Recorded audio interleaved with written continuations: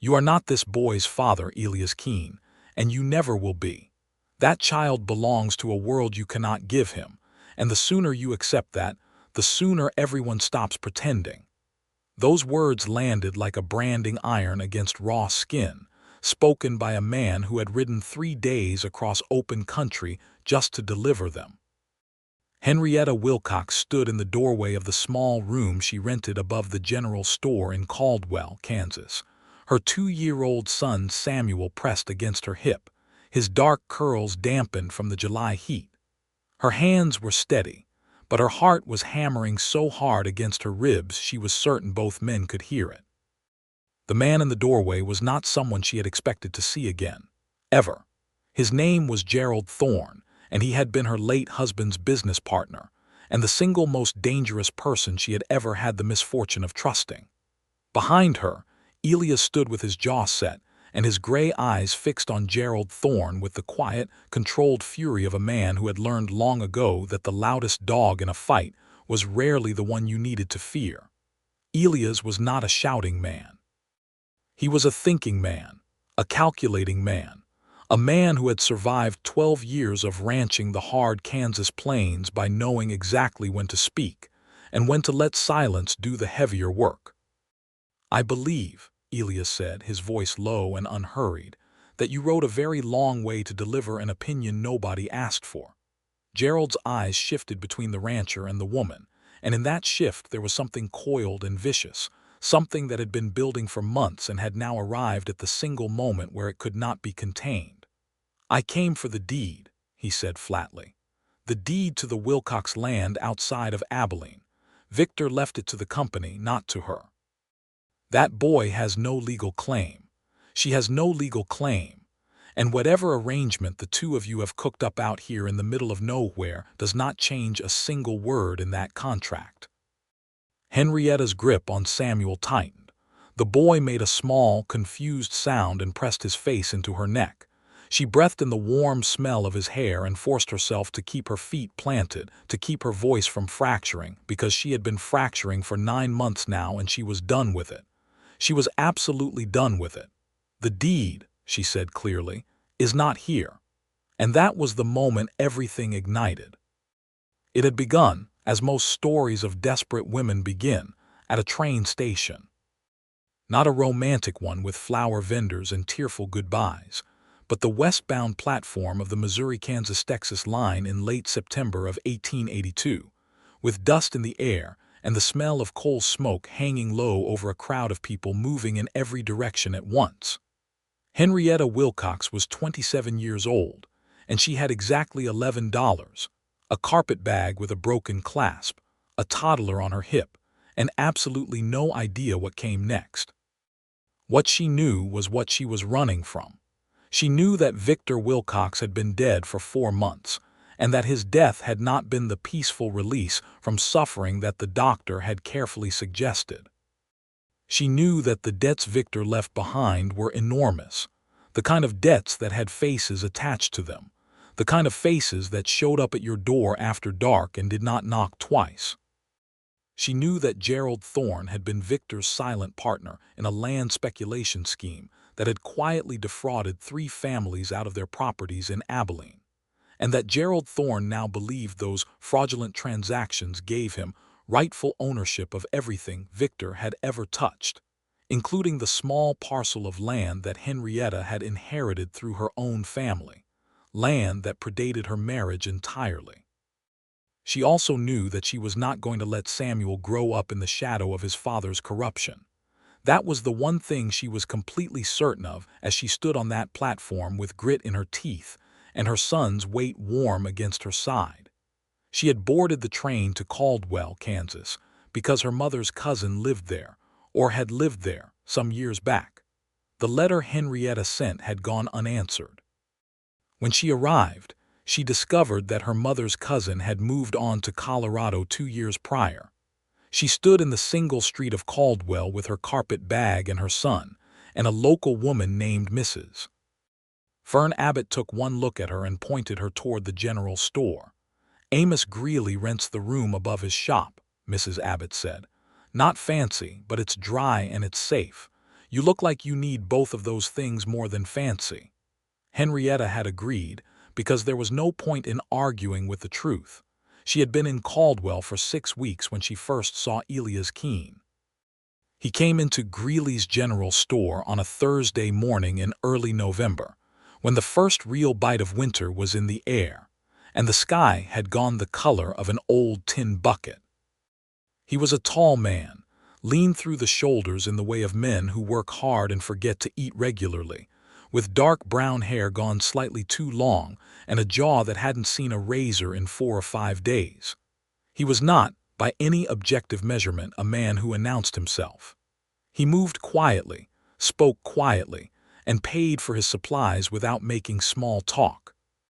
But there was something about the way he carried himself, something deliberate and contained, that made Henrietta notice him the way you notice a particular kind of silence before a storm. Samuel was sitting on the floor behind the counter where Amos Greeley had given him a barrel hoop to play with, which was the extent of Caldwell's childcare arrangements, and the boy chose that exact moment to roll the hoop directly into the path of Elias Keene's boots.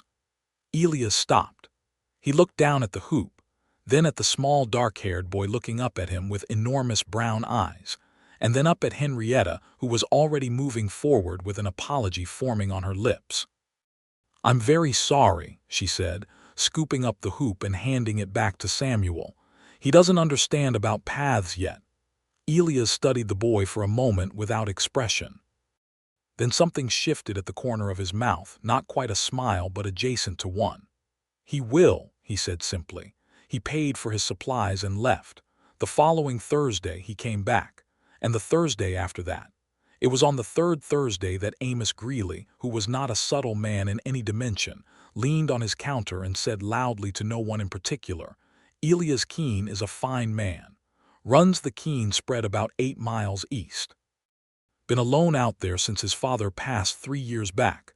That man needs company, something terrible." Henrietta kept her eyes on the inventory she was helping to organize.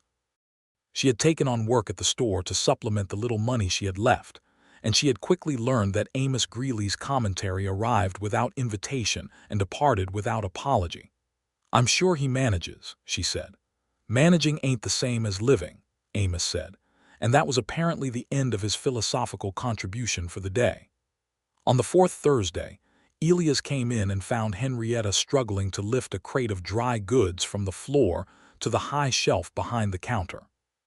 She was small enough that even on her toes she couldn't clear it, and she had too much pride to ask Amos for help because Amos was watching with an expression of theatrical patience that she found extremely annoying. "Allow me," Elias said from directly behind her, and she nearly dropped the crate in surprise. He lifted it without apparent effort and set it squarely on the shelf. Then he stepped back and waited, and she realized he wasn't going to make anything awkward out of it, wasn't going to expect gratitude beyond what was reasonable, wasn't going to use the moment as an excuse for anything. He just nodded once and turned back toward the counter. "Thank you," she said. "Of course," he said. Samuel appeared from behind the flour sacks and looked up at Elias with the absolute confidence of a child who has no concept of strangers. "Man," Samuel announced. "That's right," Elias said, looking down at the boy with that same not-quite smile. "Man." Samuel held up the biscuit he had been clutching, offering it with great seriousness. Something crossed Elias Keene's face in that moment that Henrietta couldn't entirely name. It was not sentimentality. It was something harder and more honest than sentimentality. It looked, she would think later, like recognition, like a man seeing something he had not known he was looking for. He accepted the biscuit with appropriate gravity. "Thank you kindly," he said to Samuel. Samuel beamed. After that, things moved in the way things move in small places where everyone sees everything and there are no secrets worth keeping. Elias began arriving on Thursdays slightly earlier than strictly necessary. Henrietta began finding reasons to be at the counter when he arrived. They talked about the weather, the condition of the roads, the price of feed corn, and the political situation in Dodge City. which Elias had opinions about that were practical rather than passionate but nonetheless interesting. Samuel treated Elias as a fixed feature of the universe, which in the way of small children communicated a great deal about what the adults were still carefully dancing around. In late November, a cold snap locked the plains in ice for 3 days, and Henrietta discovered that the small iron stove in her room above the store leaked smoke when the wind came from the north. She came downstairs coughing on the second morning to find Elias already there, having apparently arrived early for supplies and been immediately informed by Amos of the situation. He had a tin of stove putty and a look of focused purpose. "You don't have to," Henrietta said from the bottom of the stairs. "I know," he said, heading up past her. He fixed the stove in 20 minutes. He also, without any commentary, noticed that the single window in the room had a gap in the casing that was letting in a draft, and he packed it with rags from his coat pocket and told her he'd bring proper caulking material the following week. She stood watching him work in her small, cold room with Samuel attached to her leg like a barnacle, and she felt something she had not felt in a very long time and had not expected to feel in a space that smelled like coal smoke and disappointment. She felt, quietly and without ceremony, safe. That feeling terrified her, because the last time she had felt safe was the early months of her marriage to Victor Wilcox, before she understood what Victor Wilcox actually was. Victor had been charming. He had been attentive and well-spoken, and had the kind of surface polish that made people in Abilene society overlook the harder questions about where his money came from and what exactly he did with other people's land. Henrietta had been 23 and had married him because she loved him, or believed she did, which amounts to the same thing when you are 23 and someone is presenting their best face to you with perfect consistency. She had not discovered the truth about the land scheme until Samuel was 4 months old, and a man had appeared at her door with a document that showed Victor's signature on a fraudulent title transfer. Victor had not been surprised when she confronted him. He had explained it to her the way one explains a simple business arrangement to someone who will never fully understand business. He had not apologized. He had not promised to stop. 6 weeks later, Victor was dead of a fever that moved through him so quickly that the doctor could barely name it. And whatever grief Henrietta carried for the man she had married was permanently entangled with the horror of what he had done and the fear of what his partners intended to do next. Gerald Thorn had appeared at her door within a week of the funeral. He had been polite. He had explained that Victor's share of the company reverted to the partnership upon death, which included certain land holdings in Victor's name. He had not mentioned that some of those holdings included Henrietta's own inheritance. That particular detail had arrived later, with a lawyer and a document she hadn't been allowed to examine properly before they took it away again. She had left Abilene 3 weeks after that meeting, because she was smart enough to understand that polite men who arrive with lawyers at the homes of widows are not actually polite. She had come to Caldwell with $11 and a broken carpet bag, and a son who needed the world to be something better than what she had already shown him of it. December arrived with a cold that was serious and uncompromising. Elias Keene's Thursday visits continued. He brought supplies and he fixed things, and he talked to Samuel with the same straightforward respect he gave everyone, which Samuel responded to with absolute devotion.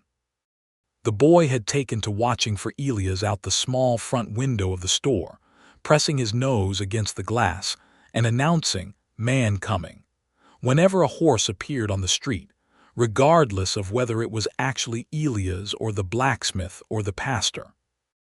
One Thursday Elias arrived to find Henrietta sitting at the back of the store with Samuel in her lap, reading to him from a battered copy of a nature almanac. Because children's books were not available in Caldwell, and Henrietta believed firmly that reading to a child daily was not negotiable regardless of the available material. Samuel was listening with the expression of a person who is trying very hard to understand complicated information and finding it worthwhile. Elias sat down on a crate nearby without asking and listened for several minutes while Henrietta described the migration patterns of the monarch butterfly. When she paused, he said, "My mother used to do that. Read to me from whatever she had. I knew more about agricultural almanacs by the time I was 5 than most farmers know in a lifetime." It was, she realized, the first thing he had ever told her about himself. "Did you like it?" she asked. "I liked her voice," he said. They looked at each other for a moment over Samuel's dark curls, and Henrietta felt the floor shift slightly beneath her, the way it does when something that has been building in secret finally breaks the surface. "Mr. Keene," she said carefully. "Elias," he said. "Elias." She paused because the thing she needed to say required more courage than she currently had available. "You should know that my situation is complicated. I am not a woman who has lost a husband in straightforward grief. The man I was married to was not a good man, and the people connected to him are not good people, and I have reason to believe that they will eventually find me." He was quiet for a moment. "What kind of trouble?" she told him. "All of it. The land scheme, the fraudulent titles, Gerald Thorn and his lawyer and the document she hadn't been allowed to read, the $11 in the broken carpet bag." She told him because she was tired of carrying it alone and because something in the quality of his stillness suggested he was a man who could hold weight without flinching. When she finished, he nodded once. "All right," he said, "just that, all right." "That is not a solution," she pointed out. "No," he agreed, "but it is a start. You know the shape of the problem. That means it can be addressed." She stared at him. "You are a remarkably calm person."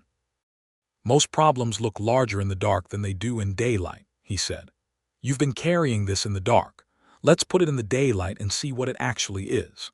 Samuel, clearly bored with the adult conversation, climbed off Henrietta's lap and went to lean against Elias' knee with the casual ownership of a child who has made a decision about someone. Elias looked down at him with that particular quality of attention that was not performance, was not effort, was simply presence. "He is a good boy," Elias said quietly.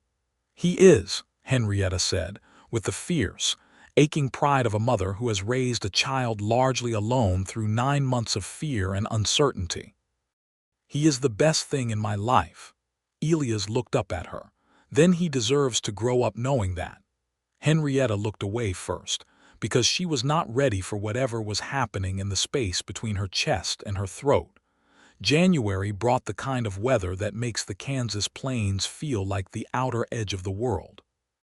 Elias invited Henrietta and Samuel to the Keene Ranch for a Sunday afternoon, framing it as an inspection of a stove he thought might need replacement, and therefore not technically a social invitation, which they both understood was transparent, but accepted as the fiction it was designed to be. The Keene Ranch was 8 miles east of Caldwell on land that had been worked for going on 30 years.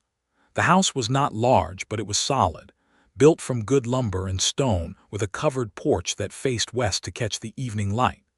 There was a barn that smelled of hay and horses and honest work.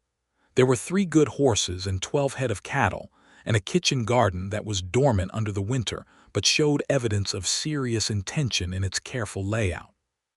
Henrietta stood on the porch and looked out at the flat, white expanse of the plains, and felt something turn over in her chest that she didn't immediately name. Samuel had discovered the barn cat, a large orange animal who bore the exploration of toddlers with philosophical resignation. He had been sitting in the straw for 20 minutes narrating the cat's movements in his limited but enthusiastic vocabulary, while the cat pretended not to notice him. Inside, Elias made coffee on a stove that did not in fact need replacing, and they sat at a kitchen table that was clean and practical, and showed no evidence of a woman's touch, which was not an accusation but simply a fact.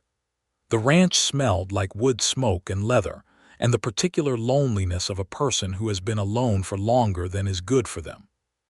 "You've been out here alone since your father died?" she asked. 3 years, he said. "That's a long time." "It is," he agreed, and he said it without self-pity, which made it somehow more rather than less affecting.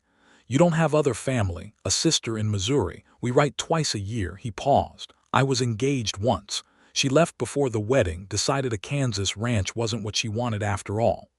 I'm sorry, Henrietta said. Don't be, better to know before than after.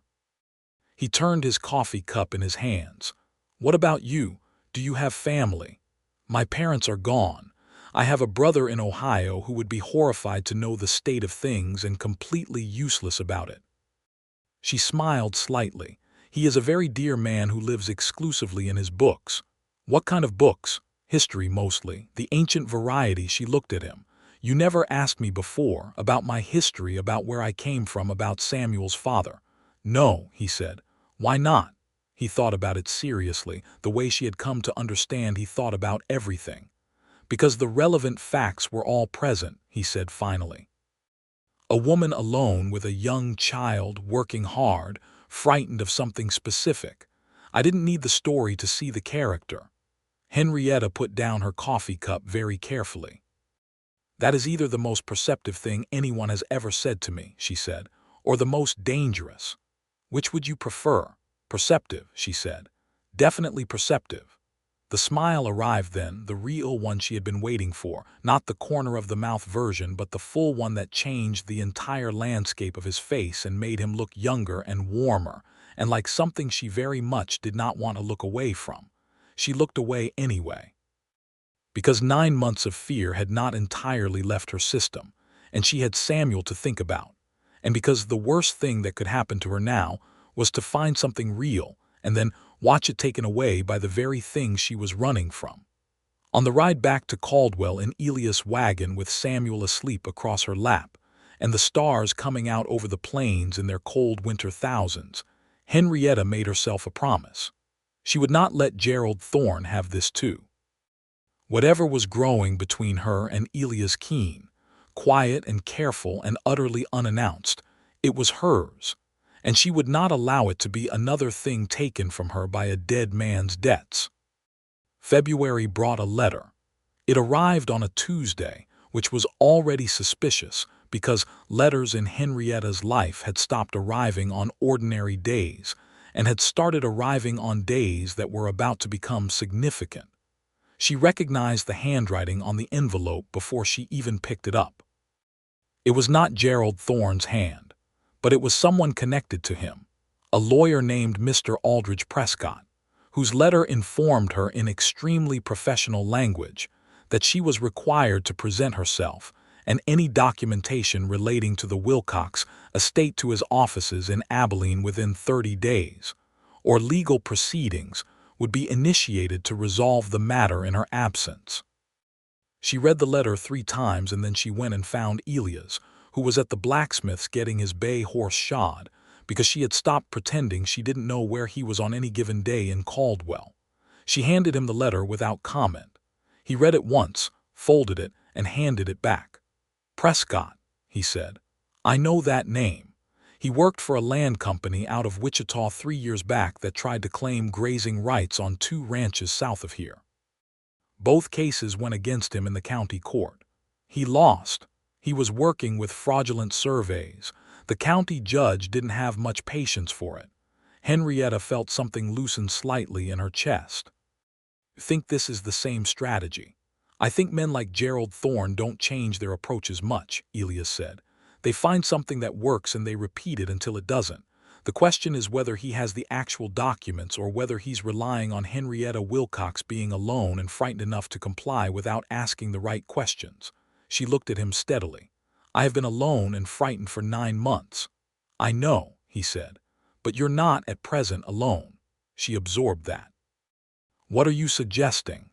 I am suggesting, he said carefully, that it might be useful to consult the county clerk about the recording of your land title, and that I know a man in Abilene who practices law honestly and does not overcharge, which is rarer than it should be, and you're willing to help me with this.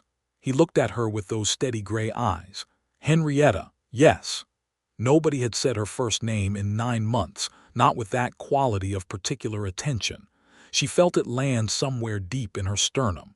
Thank you, she said, because that was all she trusted herself to say. 3 weeks later, Elias drove her to Abilene in his wagon with Samuel and a packed lunch, and the name of the honest lawyer written on a piece of paper in Elias' careful handwriting. It was a 2-day journey, and he had arranged for her to stay at the boarding house of a woman named Mrs. Calloway, who he said was respectable and trustworthy, which she was. He stayed at the livery stable's loft room and spent the days accompanying her to the lawyer's office and the county records building and asking the kind of precise, practical questions that lawyers tend to respond to better when they come from a calm man in a working coat than from a frightened woman traveling alone. The honest lawyer's name was Mr. James Holden, and he was 60 years old and deeply unimpressed by Gerald Thorn. He examined the documents Henrietta had brought, asked her a long series of questions, examined the county records with the focus of a man who genuinely enjoyed this kind of problem, and told her at the end of a very long afternoon that the land she had inherited from her own family predated her marriage and was, under Kansas law, her separate property, and not subject to any claims against Victor Wilcox's estate. Furthermore, the fraudulent title transfer document that Gerald Thorn's people had shown her was, upon examination of the actual county records, not registered at the time of the supposed transaction, which meant it was a forgery or at minimum a document that had never been legally recorded. Mr. Thorn, Mr. Holden said dryly, has a great deal of confidence and very little actual legal ground. Henrietta sat in Mr. Holden's office with Samuel asleep on the chair beside her and felt, for the first time since Victor died, that the earth might be solid beneath her feet. On the wagon ride back to Caldwell the second day, the afternoon sky turned the color of burnt copper and the plains went golden and endless on both sides of the road. Samuel was asleep in the wagon bed behind them on a folded blanket. Elias was driving with the focused ease of a man long accustomed to horses. The silence between them was the comfortable kind, the kind that has been earned. "Elias," Henrietta said. "Yes. When we get back to Caldwell." She paused, organizing the words. "I'd like to stop being frightened. I've been frightened since before Samuel was born, really, and I'm extraordinarily tired of it." He was quiet for a moment. "That is a reasonable thing to want." "I've been thinking," she continued, "about the ranch." She watched his profile. "You have good land, the house is solid, you have room to expand the garden. There's water in the creek that feeds the east pasture and you're close enough to town without being dependent on it." He drove for a while without speaking. "Henrietta," he said finally. "I'm not done," she said. "All right. I have been telling myself for months that I cannot let myself want anything because wanting things is how you get them taken away. But Mr. Holden says my land is mine and cannot be taken, and I think that perhaps the same principle applies to other things. That they don't have to be taken just because they are wanted." The horses moved steadily. The copper sky deepened toward purple. "Are you proposing to me?" he asked, and there was something in the evenness of his voice that she had learned to read by now, the particular controlled quality that meant he was feeling something large and keeping it carefully managed. "I believe I am," she said, "which I recognize is not conventional." "No," he said, "it is not." A pause. "I have been trying to think of a way to propose to you for approximately 6 weeks. She looked at him. "I kept arriving at the same problem," he said. "Which is that you had every reason to distrust the intentions of men, and I did not want to add to that collection of reasons. I wanted you to feel completely free to say no." "I don't want to say no," she said. He pulled the horses to a stop in the middle of the empty road in the middle of the golden plains, with the purple sky above them and Samuel asleep in the wagon bed, and he turned to look at her with the full, direct honesty of a man who does not know how to be anything other than what he is. "I love you," he said. "I want to say that first before anything else, not as a negotiation and not as a condition. I love you and I love that boy, and whatever answer you give me, that does not change." Henrietta Wilcox, who had been frightened for 9 months and angry for longer and guarded for most of her adult life, felt every single careful wall she had built around herself simply dissolve. Not dramatically, not with tears, but quietly and completely, the way winter does when spring has genuinely arrived. "I love you too," she said. I have been trying not to for quite some time." He reached over and took her hand, and his hand was large and warm and certain, and she held onto it with everything she had. "Shall we go home?" he said. "Yes," she said, "please." They were married in April of 1883 in the small church in Caldwell, with Amos Greeley wearing his best coat and Mrs. Fern Abbott crying in the second pew, and Samuel wearing a new shirt that Henrietta had stayed up until midnight to finish sewing, and which he proceeded to get dirty within 10 minutes of the ceremony. The pastor was a gentle man named Reverend Morse, who had the good sense to keep the service short and sincere. Elias stood at the front of the church in his good coat with his hands clasped and his gray eyes fixed on Henrietta as she walked toward him, and she would remember the expression on his face for the rest of her life. It was not performance. It was not social adequacy. It was a man seeing exactly what he wanted and not hiding from that fact by so much as a single degree. She married him in front of 17 people and meant every word of it. They moved to the ranch the following week. Samuel had already adopted the property as his personal kingdom, treating the barn cat as a subject, the horses as friendly giants requiring his supervision, and Elias as the fixed North Star of his small world. Elias took to having the boy underfoot with a naturalness that was not effort, helping him learn to feed the horses, explaining the garden, sitting with him in the evenings and building things from scraps of wood. Samuel called him Papa within 2 weeks, and neither Elias nor Henrietta made anything of it except the quiet recognition that the word was accurate in every way that mattered. They settled into the rhythm of the ranch, with the ease of people who have been designed for the same life without knowing it until they found each other. Henrietta took over the kitchen garden with genuine enthusiasm and expanded it to 3 times its previous size. Adding vegetables she had read about in those agricultural almanacs, she now had a personal reason to appreciate. She took on the bookkeeping for the ranch, discovering that Elias had been managing it with pure instinct rather than any systematic record, and organized everything into a ledger that was a work of practical beauty. She rode out with him to check the fences in the mornings and learned about the cattle, and started to love the wide, flat expanses of the plains that had looked so desolate to her when she first arrived and now looked like freedom. Elias, for his part, simply became more himself. He had been a contained man, not a closed one, and what Henrietta gave him was permission to take up more space in his own life. He laughed more. He talked more, not in quantity but in quality, sharing thoughts and opinions and the occasional dry observation that made Henrietta laugh so hard she had to put down whatever she was holding. He watched his son learn to walk steadily, then run, then climb things he absolutely should not have been climbing, and he watched his wife transform a house that had been merely functional into a home that was deeply alive. And every morning when he woke to the sound of Samuel chattering to the barn cat and the smell of Henrietta's coffee on the stove, he felt it like something he would never take for granted. It was June when Gerald Thorn arrived. They had known he might. Henrietta had written to Mr. Holden in Abilene after the marriage, updating her legal situation, and Mr. Holden had replied that Thorn's lawyer had filed a brief that Holden was already preparing to counter. But Holden had also said, in the careful language of a man who has seen a great many human conflicts, that men like Gerald Thorn sometimes chose to resolve their frustrations through presence rather than paperwork. He rode in on a Wednesday afternoon with 2 other men behind him, neither of whom looked like lawyers. He rode directly to the ranch, which told Henrietta that someone in Caldwell had told him where she was, which was not a surprise because Caldwell was small and not everyone, and it was inclined toward privacy on behalf of a woman from out of town. Elias saw the 3 riders coming up the road from the east while he was mending a section of fence near the gate.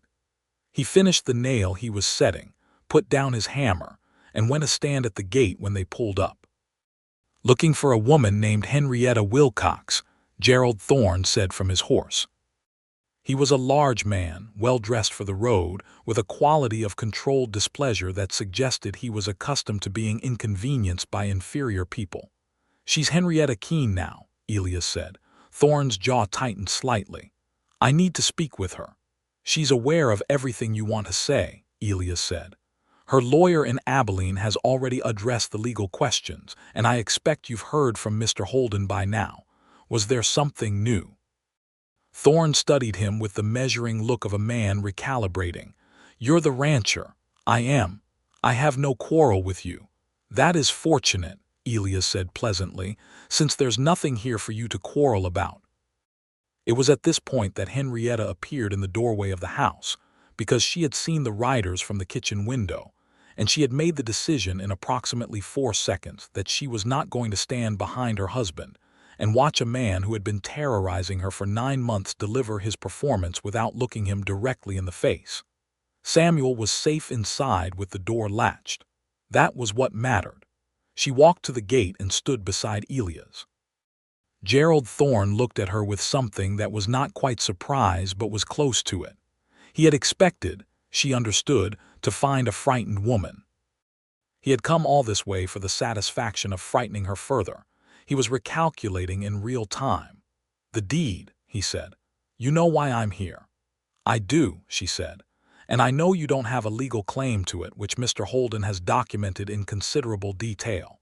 You are welcome to continue pursuing this through the courts, where you will lose, or you can accept that the scheme you and Victor ran has reached its end and leave these people in peace.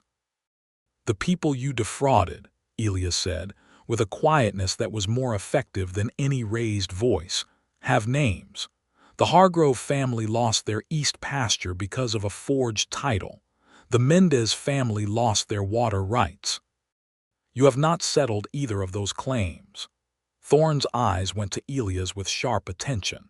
That has nothing to do with, it has everything to do with why you will not find anyone in this county sympathetic to your position, Elias said. County Judge Warren has been watching the Abilene land situation for 2 years. I suggest you discuss that with your lawyer before you make any further moves. Thorn sat on his horse and looked at the two of them standing together at the gate, and Henrietta watched him understand that the calculation he had made riding here, the one that involved a frightened widow alone in a small room above a general store, was no longer an accurate picture of reality. The mathematics had changed entirely. She was not alone. She was not frightened. She was standing on her own land beside a man who was not intimidated by anything Gerald Thorn had brought with him, and she had a lawyer and a county judge and 3 months of careful documentation on her side. The two men behind Thorn looked at each other. You arrived with a toddler and no husband, Thorn said, and there was something ugly in the phrasing, a last attempt to make her feel diminished by her own history. I arrived with my son and my own strength, Henrietta said clearly. I have a husband now. That is not a correction. That is simply what happened next. Thorn looked at Elias. Elias said nothing. He simply stood there at his own gate on his own land with his wife beside him, and the quality of his stillness communicated something that required no words at all. You are not this boy's father, Elias Keene, Thorn said, and that was when he delivered the line that had ignited everything, the line that Henrietta had heard standing in her doorway in that small room, and you never will be. That child belongs to a world you cannot give him, and the sooner you accept that, the sooner everyone stops pretending. Elias was quiet for one long moment. When he spoke, his voice was entirely measured, entirely unhurried, and carried in it the absolute confidence of a man who has made his decisions in the clear light of day and does not require anyone's agreement to stand by them. Samuel is my son, he said. Not because of law or blood, though we will address the law in due course. Because that boy came to this ranch and he called me Papa and I told him the truth, which is that he has a father who loves him and will stand between him and anything in this world that tries to harm him, including, he paused just slightly, anyone who rides up to my gate and tries to use a 2-year-old as a weapon in a property dispute. The silence after that was substantial. The deed is not here, Henrietta said, as she had said before. It is in the possession of Mr. Holden in Abilene, in a filed record with the county clerk, which means any attempt to obtain it by any means other than a properly adjudicated court order will constitute a felony in the state of Kansas. I suggest you leave." Thorn sat on his horse for one more moment, and then he turned it around. His 2 men followed. They rode back down the road toward Caldwell and did not look back. Henrietta waited until they were small in the distance before she let out the breath she had been holding for approximately 3 minutes. Elias turned to look at her. She turned to look at him. And then she laughed, which she had not expected to do, a real laugh that came from somewhere deep and surprised and immensely relieved. "Samuel is fine," she said, and went to check on him anyway. Samuel was in the kitchen perfectly happy, having dismantled a pile of folded laundry for reasons that were entirely his own. He looked up at his mother's entrance with the expression of someone who has been industrious and expects credit for it. "Down," he announced, pointing at the laundry. "Yes," Henrietta agreed, "I see that." Elias appeared in the doorway behind her and surveyed the scattered laundry and his son's proud expression with the air of a man who has concluded that this is the best possible life. "Smart boy," he said. "Papa," Samuel said, and lunged toward him with the faith of a child who has never once not been caught. Elias caught him, swung him up and held him against his chest, and Henrietta stood in her kitchen in the afternoon light and felt the last frozen piece inside her finally, completely thaw. The legal matter resolved itself over the following 3 months, with the grinding satisfaction of proper process doing its work. Mr. Holden filed the counterclaims, presented the evidence of the fraudulent recording, and connected Thorn's activities to the broader Abilene land fraud case that had already attracted the attention of the county court. 2 of the families who had lost property, the Hargroves and the Mendezes, filed their own suits, represented by Mr. Holden and a colleague. Gerald Thorn, finding himself suddenly facing not one frightened widow, but an organized legal action with multiple complainants and documentary evidence, made the decision that men of his particular character always make when the odds shift against them. He settled, quietly, expensively, and without public comment. Henrietta's inherited land was confirmed as her property with no further encumbrance. The Hargrove family recovered their east pasture. The Mendez family recovered their water rights. Mr. Holden sent a letter that was professionally restrained, but carried between its careful lines the distinct satisfaction of a man who had thoroughly enjoyed this particular work. Elias read the letter aloud to Henrietta at the kitchen table and then put it down and said, "Done." "Done," she agreed. Samuel banged his cup on the table in what may or may not have been celebration. Autumn came to the Keene ranch with the particular beauty of the Kansas plains at that season, the sky going enormous and blue above the burnished grass, the air carrying that quality of clarity that arrives after summer's heat and before winter's wait. Henrietta stood in her expanded garden in September and dug up the last of the carrots and thought about the fact that she was, for the first time in memory, simply happy, not waiting for something to go wrong, not measuring out her peace in small portions in case it ran out, simply, fully, substantially happy. She told Elias that evening. He was mending a bridle on the porch by lamplight, a task that required enough focused attention to keep his hands busy but not enough to prevent conversation. He looked up at her when she said it. "Good," he said. "That is an inadequate response," she said. He considered. "I am very glad," he said. "Better," she said. "I have been happy," he said more carefully, "since approximately the 4th Thursday I came into Greeley's store, and a boy I had never met offered me a biscuit like it was the most natural thing in the world." Henrietta sat down in the second porch chair and pulled her shawl around her shoulders. The stars were coming out over the plains in their vast, uncountable spread. "When did you know," she asked, "that you loved me?" He thought about it seriously, as he always did. "The afternoon you told me about Victor," he said.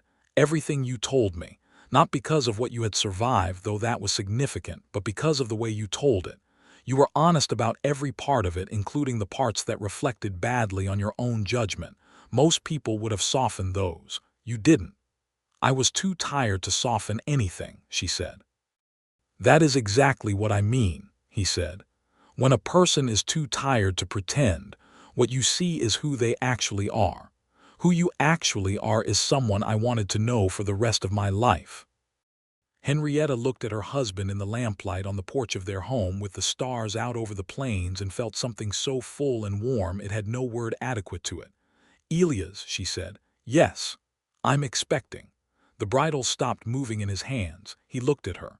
Since approximately July, I believe, she said. Dr. Marsh in Caldwell confirmed it last week. He set the bridle down. He looked at her with an expression that was not the contained, careful one she had learned to read past, but the wide-open one, the one she had seen only a handful of times at the church on their wedding day, the first morning he woke up in his own house with her in it, the day Samuel said Papa for the first time. The one that meant he was not managing anything at all. A baby, he said. In the spring, Dr. Marsh thinks, late March or April. He crossed the porch in 3 steps and pulled her to him with a gentleness that contained a great deal of barely managed feeling, and she pressed her face against his chest and listened to his heartbeat, which was faster than usual. Samuel is going to be deeply opinionated about this, she said into his shirt. Samuel is deeply opinionated about everything, Elias said, and she could feel him smiling against the top of her head. He will be an extraordinary big brother, she laughed. He absolutely will. They sat together on the porch for a long time that evening, her head against his shoulder and his arm around her, and the whole enormous western night spread out before them. And they talked about names and about the house, and about what kind of person a baby born on the Kansas plains in spring of 1884 might grow up to be. Winter of 1883 was the warmest the county had seen in a decade, which Mrs. Fern Abbott attributed to divine providence, and Amos Greeley attributed to unusual wind patterns, and Elias attributed to good fortune, without specifying the mechanism. Samuel learned to talk in complete sentences, and used this ability extensively to deliver opinions on every subject that crossed his path, including the horses, the cat, the garden, the correct way to eat corn, and the deeply suspicious nature of the rooster who had arrived in November, and whom Samuel had named Gerald, which Henrietta found both deeply funny and slightly concerning in terms of what her son had absorbed from the summer's events. He didn't actually hear anything, Elias said, when she raised this concern. Clearly he heard something, Henrietta said. The rooster Gerald was, in fact, a menace, and Samuel's naming instincts proved accurate. Elias' sister, a woman named Clara, came from Missouri in December and stayed through Christmas. She was 3 years older than Elias, sharp and warm and entirely capable, and she fell in love with Samuel within approximately 2 minutes, and spent 3 days following him around the ranch, documenting his opinions for what she said was her own amusement, and what Henrietta suspected was the foundation of extremely good stories to tell at every family gathering for the rest of their lives. Clara sat with Henrietta in the kitchen on the second morning, drinking coffee, and said with the directness of a person who has been assessing the situation and is ready to share her findings, "He is the happiest I have ever seen him." Henrietta looked at her. "He was unhappy before." "He was not unhappy exactly," Clara said. "He was very lonely, and he had gotten very good at not knowing it. People do that. They get so skilled at managing something that they forget it is still a problem." She paused. "I am very glad you came to Caldwell with your carpet bag and your wonderful son." Henrietta had to look out the window for a moment. "I didn't know what I was coming to," she said honestly. "I was just trying to get away from what I was leaving." "That is generally how the right things happen," Clara said philosophically. Spring of 1884 arrived on the plains with its usual combination of mud and optimism. The garden came back to life with the additions Henrietta had planned over the winter. The cattle herd had grown by 4, which Elias considered a good number. Samuel had learned to ride a small, patient pony named Biscuit, which he called Biscuit with great seriousness, because Elias had told him horses deserved proper names, and he had made his choice accordingly. On the 14th of April, 1884, Henrietta gave birth to a son. He arrived on a morning when the windows were full of early light, and the apple tree that Elias had planted on the south side of the house the previous autumn was budding with uncertain hopefulness. He was a healthy boy with his father's dark brows and his mother's determined set of the chin, and he made his opinions about the world known from the first moment with considerable volume. Elias sat on the edge of the bed with the baby in his arms and looked at his wife with that wide-open expression, the one with no management in it at all. "What is his name?" he said. They had discussed names for months, which meant they had 3 shortlisted, and one that had been sitting quietly in the back of both their minds without being officially acknowledged. Henrietta looked at her husband and her new son, and thought about the October afternoon on a Kansas road when she had stopped being afraid. "James," she said, "after Mr. Holden." Elias looked at her with a particular quality of attention that had, over the course of their marriage, become the thing she loved most in the world. "James Elias Keene," he said. "Yes," she said. Samuel appeared in the doorway of the bedroom, having achieved entry via the simple expedient of opening the door which no one had thought to latch. He assessed the situation with the measured judgment of a nearly 4-year-old. "Baby," he announced. "Yes," Elias said. "Come and meet your brother." Samuel crossed the room with the careful dignity appropriate to significant occasions and peered at his brother with an expression of intense, focused evaluation. "Small," he said. "He'll grow," Elias said. "I will teach him horses," Samuel decided. "In a few years," Henrietta said. "Yes," Samuel agreed, apparently prepared to be patient about it. He patted his brother's foot with the gentle solemnity of a child taking on a responsibility. Baby James continued to have opinions about the world at full volume, which Samuel observed with what appeared to be respect. "He is loud," Samuel said. "He is," Elias agreed. "Like Gerald the rooster," Samuel said. There was a moment of complete silence in the room. "We are not naming the baby after the rooster," Henrietta said. "I named him James," Elias confirmed. "James," Samuel said, testing it. Then, with the decisive authority of an older brother, "Good." The summer of 1884 was full. It was full of the particular fullness that comes when every part of a life has found its right proportion, when work is honest and rewarding, and the people you come home to at the end of each day are the people you would choose above all alternatives. Elias expanded the ranch's cattle operation, purchasing 8 more head at the autumn fair in Caldwell, and establishing a small arrangement with 2 neighboring ranches for shared use of the South Water. Henrietta's garden produced enough that she was trading vegetables at Greeley's for supplies, which Amos Greeley found deeply gratifying and communicated at length to anyone who came into the store. James grew with the particular enthusiasm of a healthy baby in a house full of people who were delighted by his existence. He was an extremely observant infant, watching everything around him with Elias' focused attention rendered in miniature, and he had his mother's capacity for precise, devastating expression when something did not meet his expectations.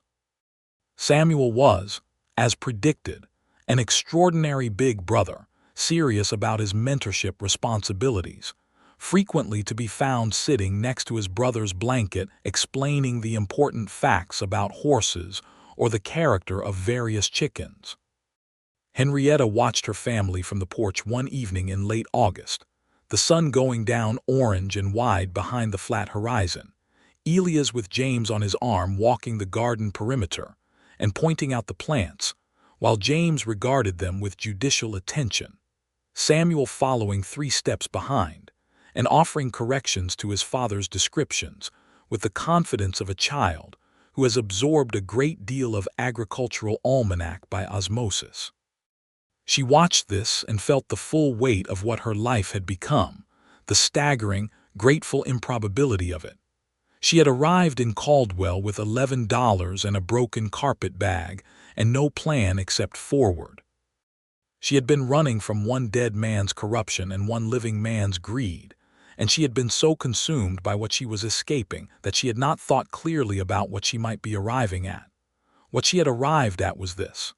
This porch, this light, this family, this man who had picked up a biscuit from a toddler on a general store floor and handled it with the appropriate gravity of someone accepting a gift. Elias looked up from the garden and found her on the porch. He looked at her the way he always looked at her, directly and without concealment, with everything he felt visible in his gray eyes for whoever cared to see it. She held up her hand in a small wave. He smiled. The real one. In the spring of 1885, Mr. Holden wrote to inform Henrietta that the last of the Thorn legal matter had been fully closed, with a final court ruling that required Gerald Thorn to pay a settlement to the two defrauded families and prohibited him from engaging in land transactions in 3 Kansas counties for a period of 7 years.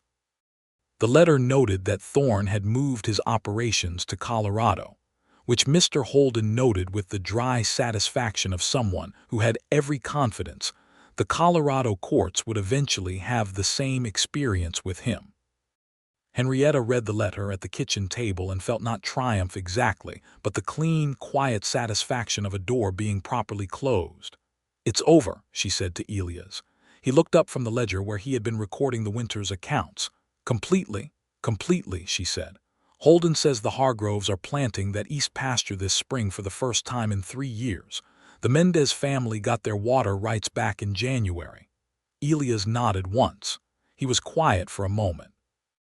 "Victor Wilcox did real harm," he said. "Yes," Henrietta said. "Does Samuel know anything about him?" It was a question they had discussed before and would discuss again as Samuel grew, and Henrietta had thought about it carefully. "He knows his first father died when he was very young," she said. "When he is old enough to understand the rest, I will tell him the truth, all of it, not to condemn the man, but because Samuel deserves to understand where he came from and make his own judgment." Elias considered this. "That is the right approach," he said. "He is going to ask about it when he's older," Henrietta said. "Yes," Elias said, "and we will answer. That is what parents are for." She looked at him across the kitchen table, this quiet, certain, extraordinary man who had become the center of everything she understood as home. "Do you know," she said, "that the first thing you ever said to me was 'he will'? Was it? Samuel rolled his hoop into your boots and I apologized for it and I said he didn't understand about paths yet and you said he will." She smiled. "It was very brief. I was not a talkative man," he said. "You are now," she said. He considered this with the particular expression that meant he was deciding whether she was complimenting him or observing him, and then he decided it was both and smiled. "You cured me," he said. "I absolutely did not," she said. "Samuel did. He simply forced you into conversation by offering you biscuits." Elias laughed, and it was the warm, easy laugh of a man who has been laughing regularly for 2 years and has gotten very comfortable with the practice. In the autumn of 1885, Henrietta's brother from Ohio, the historian, arrived for an extended visit. His name was Edmund Marsh, and he was 34 years old and lived entirely in ancient Greece in his head, and was the most impractical human being Henrietta had ever known, and she loved him without reservation. He arrived in Caldwell with 3 trunks of books and a look of mild bewilderment at the breadth of the plains, and within 48 hours had been completely reorganized by Samuel, who decided that Uncle Edmund was specifically his responsibility, and guided him around the ranch with the proprietorial confidence of a 5-year-old who is showing someone the most important place in the world. Edmund sat with Elias on the porch one evening while Henrietta put James to bed and Samuel was already asleep, and said, in the way of a scholar who has been observing carefully and is ready to report, "You have created something very good here." Elias looked out at the evening plains. "We have," he said. "She is happy," Edmund said. "Genuinely, I was not sure after Victor whether she would be able to be that again. Some wounds go too deep." "She is strong," Elias said. "She is," Edmund agreed. "But strength is not the same as happiness. Some strong people are strong because they have had to seal off so much." He paused. Whatever you did or didn't do that let her keep her strength without losing everything else, that is the important thing. Elias thought about this. I tried, he said simply, to make it safe for her to make her own choices, including the choice to leave if that was what she wanted. Edmund was quiet for a moment. She chose to stay, he said. She chose to stay, Elias agreed. Edmund stayed for 3 weeks and spent most of them reading on the porch while Samuel brought him interesting rocks and James practiced standing by holding onto Edmund's leg, which Edmund bore with the patience of a man discovering that real children are more absorbing than ancient ones. He left promising to return, which he did, twice a year from that point forward, becoming a fixed feature of the Keene Ranch calendar and the best possible influence on Samuel's developing intellectual life. The winter of 1885 was harsh in the way that Kansas winters get when they decide to remind everyone of their authority. The ranch came through it well because Elias had spent the autumn preparing for it with his usual thorough foresight. The cattle were sheltered and fed. The house was banked and well stocked. The family spent the cold months in the particular luxury of people who have enough, which is not a small thing and never should be treated as one. Samuel, now 5, had started attending the school in Caldwell 3 days a week, riding in with Elias on supply trips and returning with opinions about learning that suggested Henrietta's habit of reading everything aloud had taken deep root. He could read simple sentences, which he exercised extensively on labels, signs, and any paper he encountered, and he had developed a specific interest in the natural world that was going to require books his mother's agricultural almanacs could not satisfy for much longer. James, at nearly 2, had begun to demonstrate a personality that was distinct from his brother's in every way. Where Samuel was verbal and expansive and confidently opinionated, James was watchful and systematic and physically bold. He was the kind of child who assessed a situation carefully and then acted on it with sudden complete commitment, which resulted in several small incidents involving the fence, the barn cat, and one memorable afternoon with the chicken coop that Gerald the rooster had survived by the narrowest margin and which had entered family legend immediately. Elias documented James's exploits in the same ranch ledger where he recorded cattle and weather, which Henrietta discovered one evening and which made her sit at the kitchen table and laugh until she cried. "You are keeping records," she said. "He is a phenomenon," Elias said, completely serious. "I want to understand the pattern." "There is no pattern," Henrietta said. "He simply acts on every idea he has the moment he has it." "There is always a pattern," Elias said. She handed him back the ledger and watched him make another notation and felt the specific joy of knowing someone completely, the way you can only know someone when you have lived your actual life beside them and not the life you were performing. Spring of 1886 was the 3rd spring on the ranch, and it arrived with the news that Henrietta was expecting again. She told Elias on a Sunday morning with Samuel already out at the barn and James still asleep in his small bed, with the orange barn cat, who had evolved a complicated relationship with the youngest Keene, involving much tolerance on the cat's part and much devotion on James's. Elias received this news with the expression she recognized now, the wide-open one, and then he folded her into his arms and held her with the quiet, specific tenderness of a man who has learned that the greatest possible abundance is exactly this. "When?" he asked. "November, I think," she said. "Dr. Marsh says late autumn." "The house is ready," he said. "The house is always ready," she said, and she meant it in every sense.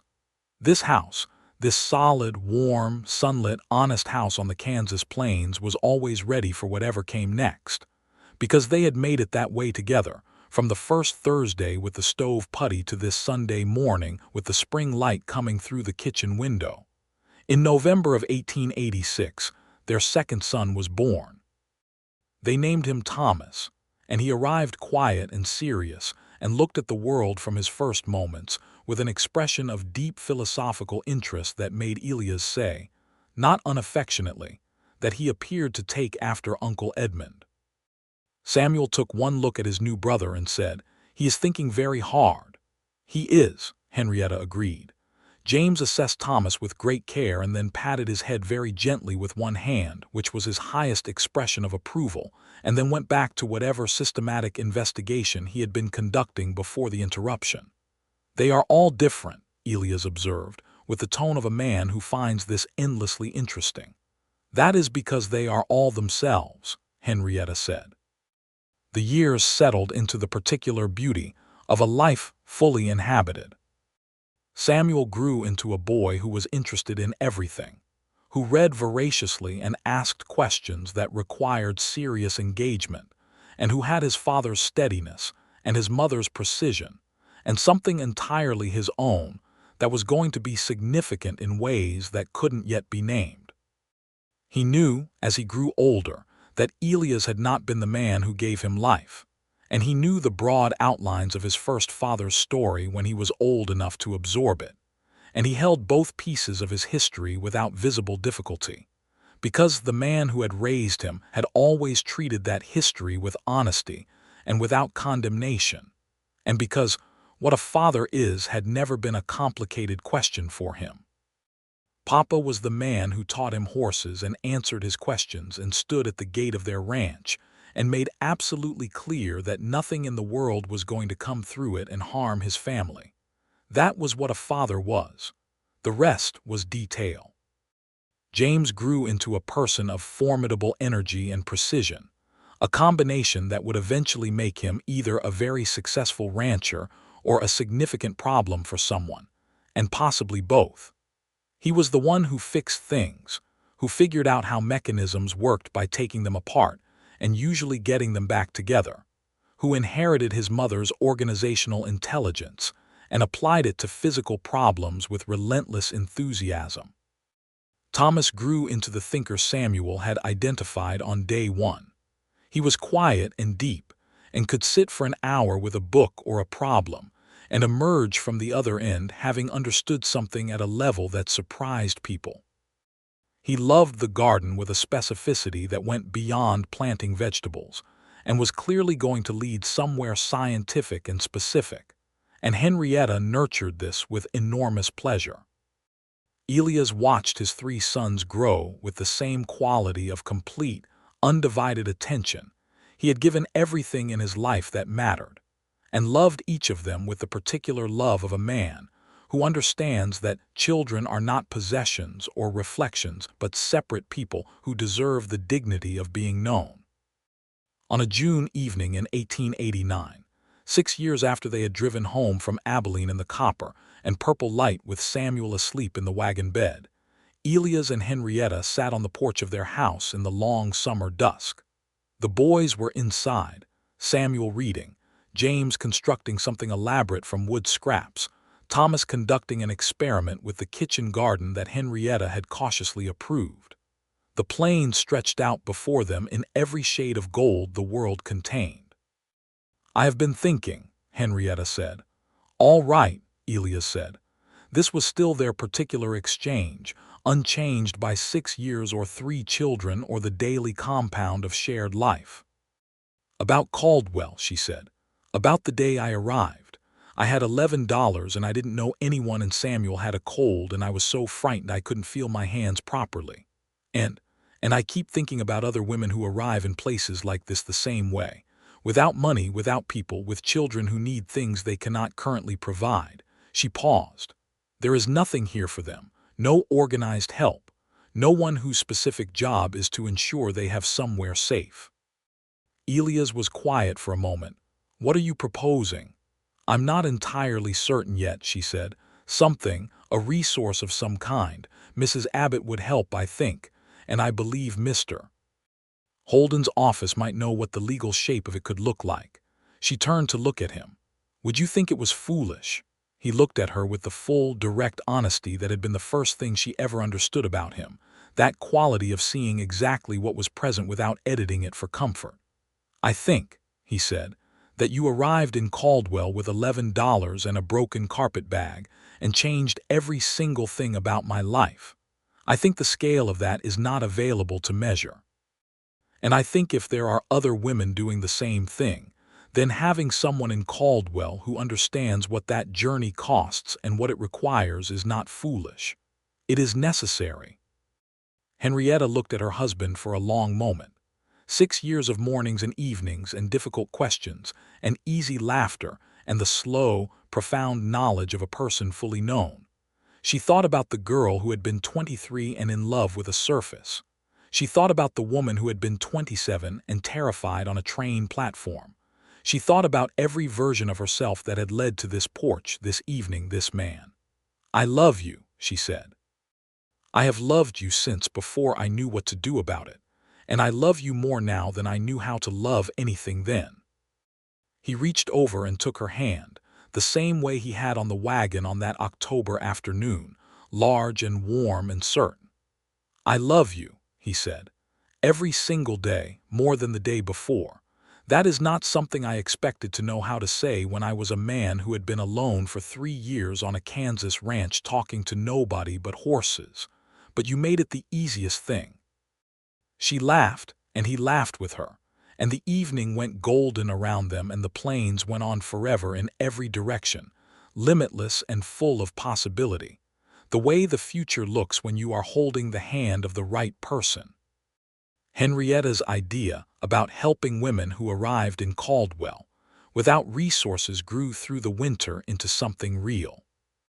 By spring of 1890, with the help of Mrs. Abbott and 2 other women from town, she had established a small fund and a network of practical assistance, a place to stay for a few nights, help finding work, information about legal rights that Mr. Holden contributed by correspondence. Because he found the project deeply worthwhile and had written them a comprehensive guide to women's property rights in Kansas that Henrietta had copied at the newspaper office and distributed to every boarding house in the county. It was not grand. It was not famous. But it was real, and it helped, and in the years that followed, a number of women passed through Caldwell who left it with more than they had arrived with, which was the only measure Henrietta cared about. Samuel turned 10 in 1891 and had grown into a person of such evident quality that strangers who met him in Caldwell frequently asked his parents where they had got their teaching methods and whether they might share them. He was in the habit of walking into the general store, which was still run by Amos Greeley at 72, with undiminished enthusiasm, and asking for books that Greeley did not carry and having long conversations about why Greeley ought to carry them. Greeley, who had been predicting Samuel Keene's extraordinary future since the boy was 2 years old, took considerable personal credit for this. James at 7 was the most capable child on the ranch, a fact he was completely aware of, and he had recently organized the tool storage in the barn in a system so elegant that Elias had stood looking at it for a full minute before saying, with considerable sincerity, "I should have thought of that." Thomas at 4 was quiet and specific, and had successfully identified and named 14 species of plants in the kitchen garden, which his mother confirmed, and his father documented in the ranch ledger with the same care he gave cattle counts and weather. On a Thursday afternoon in October of 1891, Elias came into the kitchen where Henrietta was working and stood in the doorway with an expression that was doing very little to conceal the fact that he was feeling something large. "What?" She said. "Come outside," he said.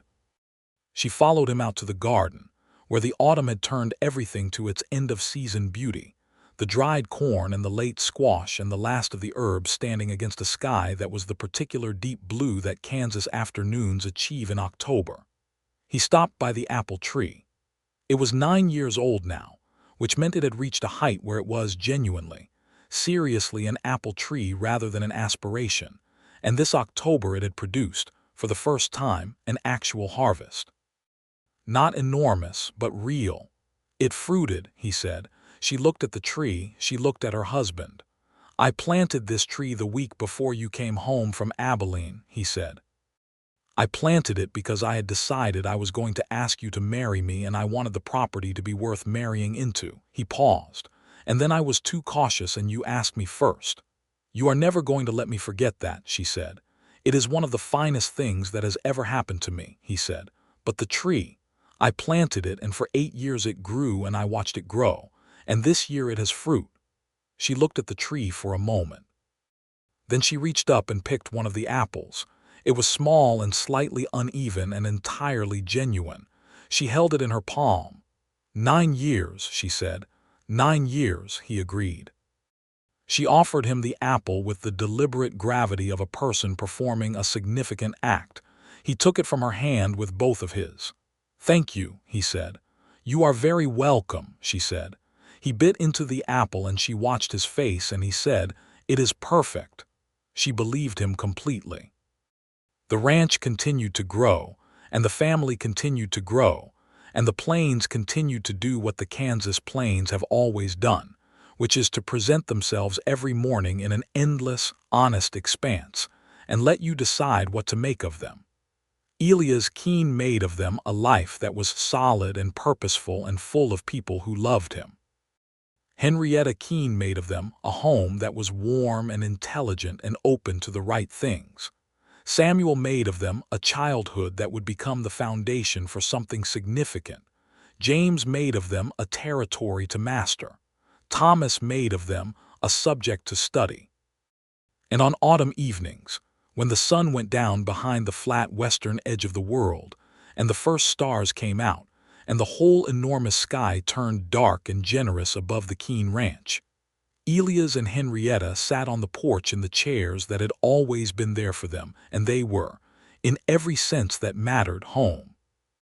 She had arrived in Caldwell with a toddler and no husband, with $11 and fear and a broken carpet bag, and a determination not to let the worst things define her. She had found, in the most ordinary possible circumstances, a man who saw her clearly and loved what he saw without reservation, who said the boy needed a father and proved it not with declarations but with presence, with Thursday mornings and stove putty and a biscuit accepted with appropriate gravity, with standing at a gate and saying without any hesitation that this child was his son. She had found him, or he had found her. Or they had found each other in the way people sometimes do when they are both, separately, trying very hard to keep going, and the road bends at exactly the right moment. Years later, when Samuel was grown and James was learning the ranch business with formidable competence, and Thomas had gone to study at a school in Lawrence, and the letters he wrote home were 5 pages long and dense with ideas, Henrietta would sometimes stand in the kitchen in the early morning before anyone else was awake and listen to the sound of the ranch in the pre-dawn quiet, the horses shifting in the barn, the wind moving through the garden, the sound of her husband's breathing from the room behind her. And she would feel in those quiet mornings the full accumulated weight of everything she had built from the ruins of what she had fled, and she would be grateful in a way that had no bottom to it, no edge, no end. She had been frightened for so long, and then she had not been. That was the whole story, really. She had been frightened, and then she had not been, and in the space between those two things was everything that constituted her life.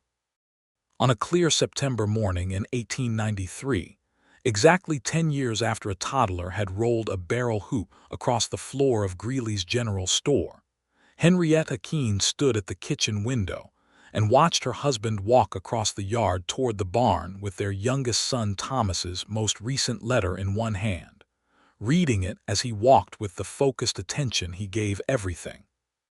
And she thought about the first morning she had watched him fix a stove in a cold room above a general store and felt, without permission, safe. He looked up and saw her at the window. He stopped walking.